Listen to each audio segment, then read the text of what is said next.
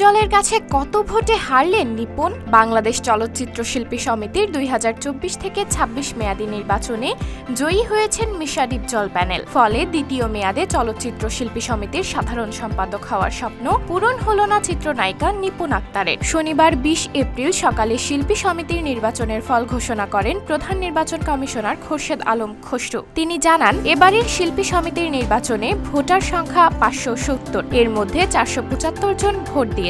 এছাড়া প্রাপ্ত ভোটের মধ্যে 41টি ব্যালট বাতিল হয়েছে। ভোট যুদ্ধে প্রতিদ্বন্দ্বী প্রার্থী মনোয়ার হোসেন ডিপজলের কাছে মাত্র 16 ভোট কম পেয়ে সাধারণ সম্পাদক পদে হেরে গেলেন নায়িকা নিপুণ। নির্বাচনে ডিপজলের পক্ষে ভোট পড়েছে 225টি। অন্যদিকে নিপুণ আক্তার পেয়েছেন 209 ভোট। অন্যদিকে সভাপতি পদে মিশা সওদাগর পেয়েছেন 265 ভোট, আর নিকটতম প্রতিদ্বন্দ্বী মাহমুদ কলি পেয়েছেন 170 ভোট। বলা যায় মিশা ডিপজল পরিষদ নিরঙ্কুশ জয়লাভ করেছে। অপরদিকে মাহমুদ কলি নিপুণ পরিষদ থেকে মাত্র 3 জন জয়লাভ করেছেন।